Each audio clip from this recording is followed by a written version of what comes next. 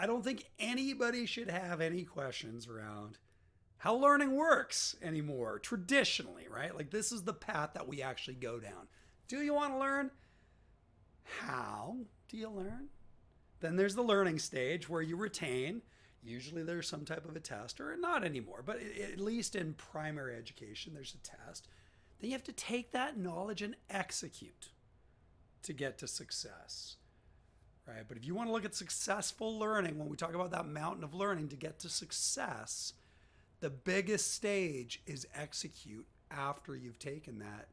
The test is not success anymore, which we all agree. So we can apply this to any situation. And I want to be really cheeky when we go through this. And we're going to talk a little bit about everything comes down to just the way people learn. And success is usually measured based off of that. But I'm going to give you a little story about, I think we've probably all heard of this story of, some CEO or some leader who is not getting the information that they require. There's problems in the business, and they decide, listen, I've got to go solve this problem, right? I've got to figure out what's happening. So what do? They open up their latest, leadership books or whatever the case may be, and they find a strategy to implement. And in this case, our CEO wasn't hearing about anything, right? And there are problems. Nobody's talking to the CEO, and there's problems. But so CEO went off and read a great book and a bunch of books, and maybe that's the way that they learned in this particular case. And they went and created an open door policy, right? Of course you're doing an open door policy. 2023, 2022, the years of the open door policy to come back, even though most of our people have gone virtual. But it's funny because the CEO moved straight into execution and crickets just showed up, right? What happened? And then there's that question, what was success? Sometimes it comes too late. But a lot of people will blame EQ. And they'll jump on this and say, oh, our leader doesn't have great EQ. If they did, they'd understand. And there's some validity to that. I'm not going to say there isn't. But when you think about EQ, one of the first things I always think about is motivation. And this CEO is very, very motivated. They saw there was a problem. High analyst, right? Problem solver, the analyst side of the problem solver. And was motivated to look at how to solve it. And that actually went all the way to try to execute. Right? So the motivation was there. Is the other four, right? The awareness of others, the awareness of probably the self, control, like was this person even able to go speak with anybody beforehand? Anyhow, I'm going down a bit of a rabbit hole, but I want to just pay attention that the motivation's not the problem here. It may be some of the other parts of EQ, but again, let's not blame the fact that somebody has low EQ in certain areas. Let's go to a source and ask the question, did our executive learn a different way? And if I was to actually amplify that, I would say a different way than they've had success in the past. Okay. So we'll just go back to our do, how, retain test. The do, how, retain. We don't know for sure if it was retained. There wasn't a test, and we know it wasn't executed. Okay. And execution is the ability to apply what we've been learned to new situations. You define that as a team. So it's really simple. The decision to learn comes down to two questions. Do I want to learn or do I have to learn? And when we get to motivation, those really do matter.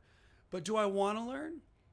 I wanted to learn how to play over a dozen instruments during COVID. Did I have to learn it? No.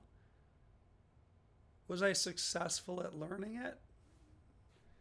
Right? There is some questions that are going to be asked around, do I have to? Some people have to learn something in order to get to another goal, which we'll refer to. But in this case, the decision to learn was there. We're really going to dive into the identify how to learn because there's a lot of choices. We'll just talk about four. And the first two are probably the most important. And that's self-taught and the traditional school system, right? The traditional school system and self-taught are two completely different avenues that we should be pausing on and just taking a thought through. Now, the first one, self-taught. When you think about the environment, it's self-selected. When you think about the traditional school, it's not self-selected, right? But that's okay.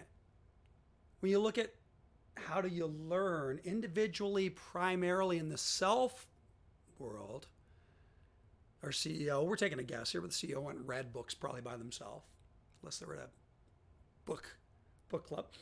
But the pace is something else that we should be talking about. The pace is controlled. Traditional school, not so much.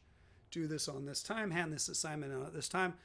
If you need more time in certain areas and less time in other areas because you know it really quickly, it's a unique environment. We're going to get to why that is. But when you're self-taught, a lot of times there's no testing. And there could be a clue to where we started to fail when we get into our CEO's example.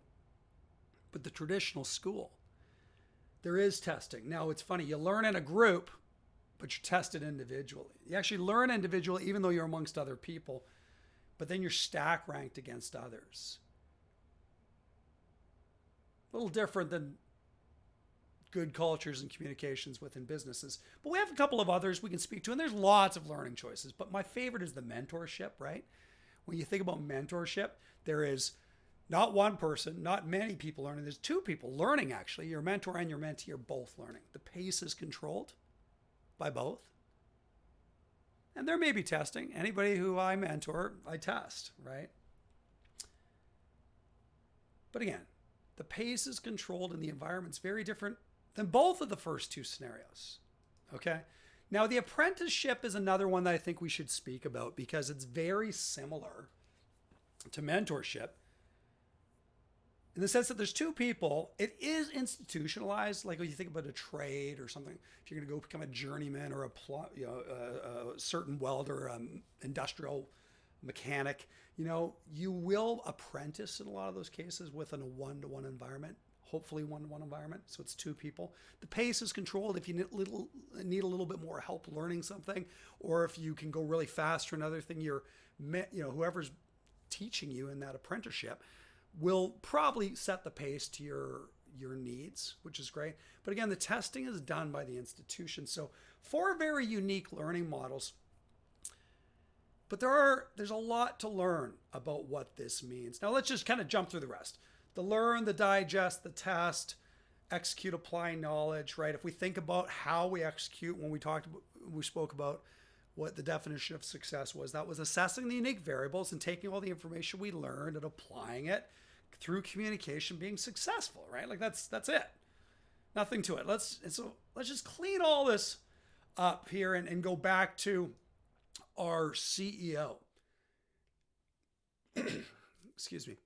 And if we think about what our behavioral experts taught us this morning, one of the subjects was the imposter syndrome and how to recognize it, see it, be compassionate when you see it.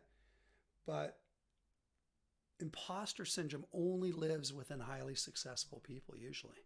The more success, the more imposter syndrome some people have. Right? You don't have a lot of imposter syndrome when you haven't had any success. So that's one thing to know. So a CEO, highly likely, if they've never been a CEO before, but another thing happens is usually they like to do things individually. They don't like to expose the fact that they don't know anything when you have that imposter syndrome. They should be yelling out, hey, I don't know this. Can somebody help me? But instead, sometimes you work. Now, if we were to go back and ask that CEO, now that they've learned, right? Hear, evidence, learn, proceed. Now that they've learned, which way would you choose? Especially at your pace. Like, we haven't really spoken about how long this person had to solve this problem. Maybe they'd choose something else, right?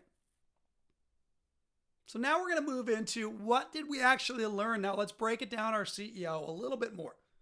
We'll start with that execute stage because we all know the CEO didn't execute. They opened the door and cricket showed up, right? But the execute stage is interesting because there are some things that we just totally missed, right? Like, I don't think that the CEO read the book was specifically about the culture that they had within the environment.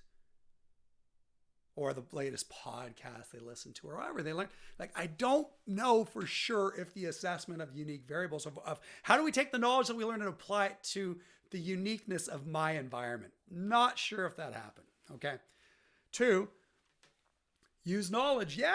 CEO used knowledge to open the door. They actually understood some of the steps, right? There was no communication though, at least that I didn't see. And was there a measurable outcome? I always love to ask the question when I see a system go in place or when I see something happen. Hey, what's success, or what was success defined as? Again, like all of us do. But in this case, I think success was just expected. Success will happen if I go through the steps. And that's a very dangerous thing for us to be thinking about. But our timing needs to be clarified. Success needs to be known, right? Communication has to be very clear. It was poor in the situation. And another thing I think that we have to be aware of is that our motivation has to stay constant. We're going to touch on that when we build the way that we're going to teach people or enable people or just get people to move with velocity. But our motivation needs to increase, not decrease. So at the what happened stage for our poor CEO, do you think the motivation increased? Hopefully, but maybe not. Now, the last thing is the learning styles. I want to really hit this home. We speak about learning styles a lot. States of the brain, right? Are they in primal, fight, flight, or freeze? Are they in emotional? Are they in logical? But when it comes to learning styles, people have preferences. A lot of studies out there that speak about if you choose your preference, it does not mean you will learn better. As a matter of fact, you may learn worse because of a term called desired discomfort, which we'll get to. But just know that because the CEO gravitated to the way that they like to learn does not mean that that's the best way they could take that knowledge and then execute. And that is a very important thing for us to be paying attention to as we go through. Let's give you a little bit of history about who were the OGs of enablement, and that was the traditional school system. So go do your research on this. But the traditional school system, if you go back, if you really want to think about where learning started, it's religious institutions, reading, writing, math, and then, the agricultural revolution turned into the industrial revolution. And instead of 100 farmers for 30 acres or 40 acres of land, they needed 5 farmers and a tractor, right? And the Industrial Revolution happened. They started to create factories and they started to train those factory workers.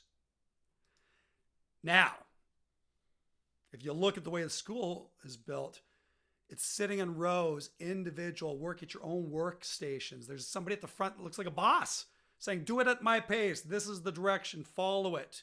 Then we're going to test you all together, right? And then we're going to separate you. And based off how you do it, all of this, we're going to put you in the factories wherever we think you have the most amount of strengths. If you can't sit still, here's a broom, right?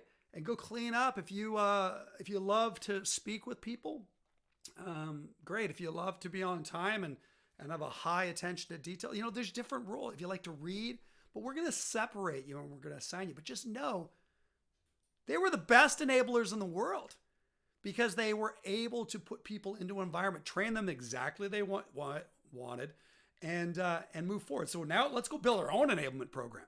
We know a lot of things now, right? We're going to go and build our own enablement program. We're going to start with our velocity handbook and just know, let's refresh ourselves, right? We have the proper power. Motivation is through validation. We all have to work together, and that's what's going to make us move faster and happier, and everyone's going to want to be here. And so as a teammate, right, we're going to win. And the first thing whenever we start any projects is our success statement. And our success statement could be anything. Our success statement it can't be anything, but it's definitely from our executives, right? So they're going to say, and that's us, we're going to say, listen, go build an enablement program, help our client success team get stronger, help our support folks be trained on a new offering. There's lots of different choices that we can go through. In our case, we're going to quickly build out a BDR program, or at least go through the fundamentals of how we should be thinking about designing our BDR program. But the statement comes from our goal or our success. Our goal comes from our executives. And it's always what we're going to do, what it's going to do for the business, and how it's going to be measured. And hopefully somebody's smart enough to say, how long do we have to build it, right? Which, of course, we are. Now, we spoke about motivation, and motivation is really, really important. And that motivation alley or motivation avenue has got to be constant. So as we're going up to success, we have to keep motivation. Remember our executives, motivation falls off when failure happens. And this is tricky. This is really tricky to keep the motivation up, but it starts right back at do, right? Do we know our audience well enough to know how to motivate them, right? I'm going to write a few other things up here. They're going to be in black because you're going to realize that we're not going fast enough. And we haven't proven success with this model. So back to do, we have to stay motivated. We're going to know our audience. And we're going to know like how they think. What's their receptivity like? Where are they located? What's the demographics? What's the knowledge gap? Now, the knowledge gap is really important. How much do we have to enable? Okay. Now, that's a big one. When we get into how, it's like, how do they want to learn? Like, what is the best learning style? But where do we actually start to see success? And you're going to see headwinds here, especially if you have not done the work of learning about who you're trying to enable, right? Because if somebody doesn't believe in the source, they don't believe in that the environment properly. There's a lot of things that if they don't believe, the receptivity just goes really down. So figure out how we're going to make them as highly as receptive. We're going to work within their timelines, and then we're going to figure out what other help we have in the company, or within, what experts do we have? Does our ops team know how to put in systems effectively? And do we know how? Do we have experts here? Like, what do we have? All back to what we learned. Because if we go down the traditional phase, now that we know the do, now that we know the how, we do know that if we go down to the learn, test, execute, fail, it takes too long. It's so expensive. It kills cultures. It kills everything. And this is important to know that this path of learning, the mountain of learning, can't work anymore. And if I was to actually pause on one more thing, big debate this last couple of weeks around, OpenAI and just where people are getting knowledge from and how quickly you can learn and the pace of information. Learning has changed. So back to us building this great enablement program. What happens if we could skip over learn, test, execute before we get to success and jump right to success? And then what happens if we could do it again? Right? There's just these little next steps of success. And remember, we don't get to success without winning as a team. So when I spoke about the healthy culture, winning as a team. So when we go to enable somebody, remember, we are trying to make sure every time we have success in our enablement that we're helping the greater good, the environment in its entirety, all of our teammates. And we're going to do that through lots of validation, right? We're going to be like, you're doing a great job. Keep going. So if you're learning and you're winning, just keep going. Every time you learn, we're going to say, great job. And the person's going to feel great. And the teammates are going to be happy. Some people shaking their heads and wondering, where I'm going with this. There is a really simple solution to this. And it's actually a combination of a couple of different methodologies. But the methodology that I want you to think about now, we could pull from where most people would realize it comes from is from development teams and our agile focus or scrum focus, where it was invented not to put out a once a year roadmap product upgrade when they developed. It was meant to do sprints or quick little gains of where they go around and collect stories and figure out what's the highest value things for us to fix in our product. And then they become an agile team. And there's a lot more to it, but I can discuss it with anybody on the break if they want. But we're going to borrow that because it allows injections of success. And so when we speak about agile, I want you to think the first thing we have to do is take our knowledge of gap, right? Everything that we didn't, we have to teach our people, and we're going to cross it off. We're going to move it all into bite-sized chunks, and we're going to build our own success path through sequence. Okay. So now if we were to sit there and write down everything that we have to enable, we're going to do it in the way that somebody would actually do their job.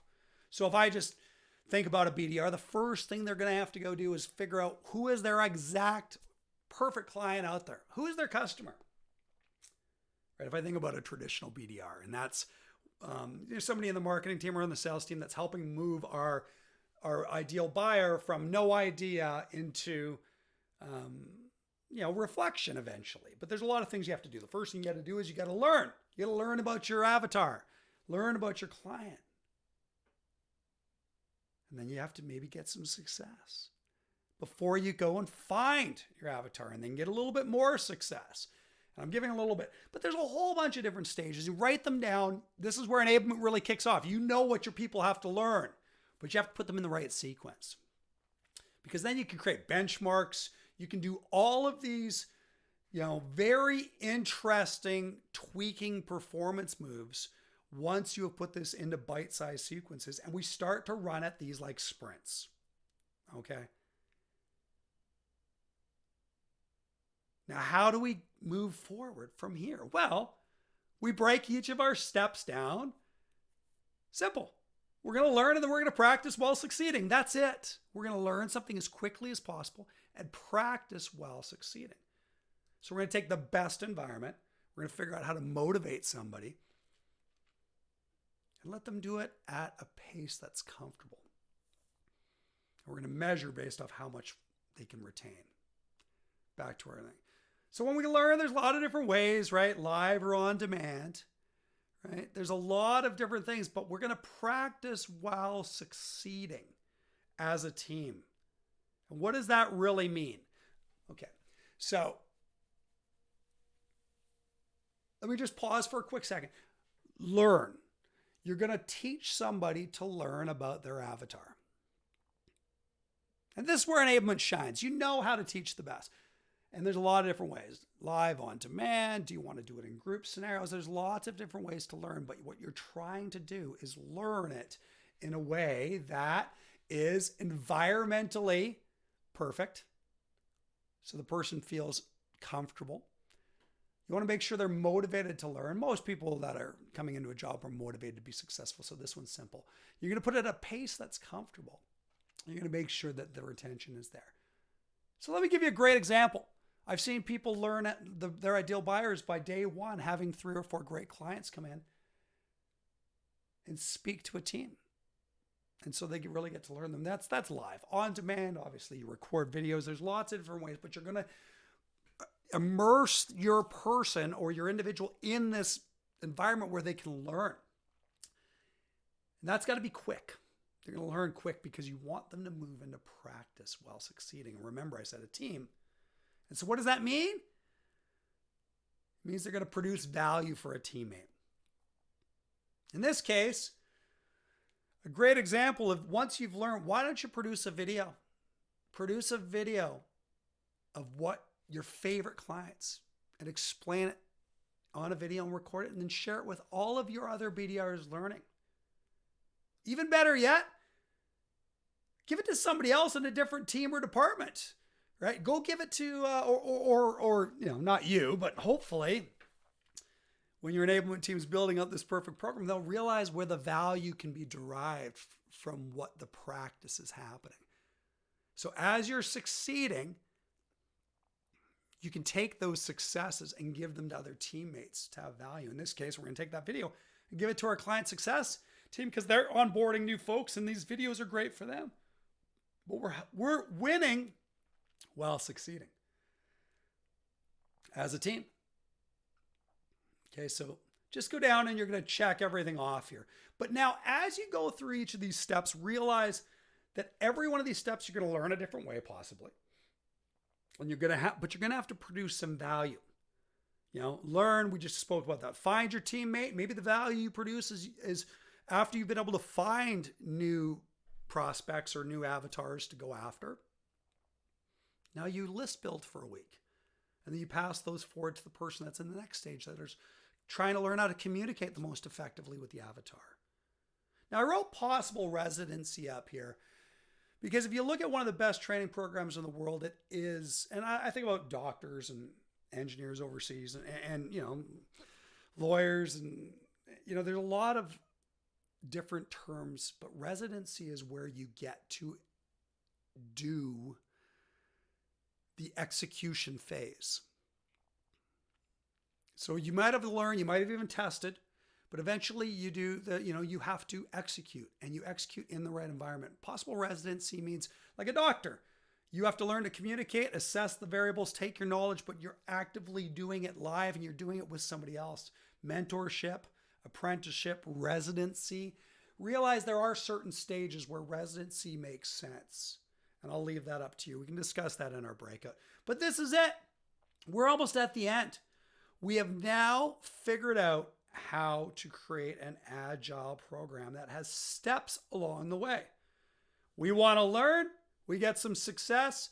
We win. The team celebrates. We can share that with somebody else. And then we move on to the next stage. Now remember the final piece, and that is winning deserves celebration. If we are going to keep Motivation Alley rolling, we have to make sure that we celebrate success along the way. So now let's break out into our breakouts and start to build our own programs.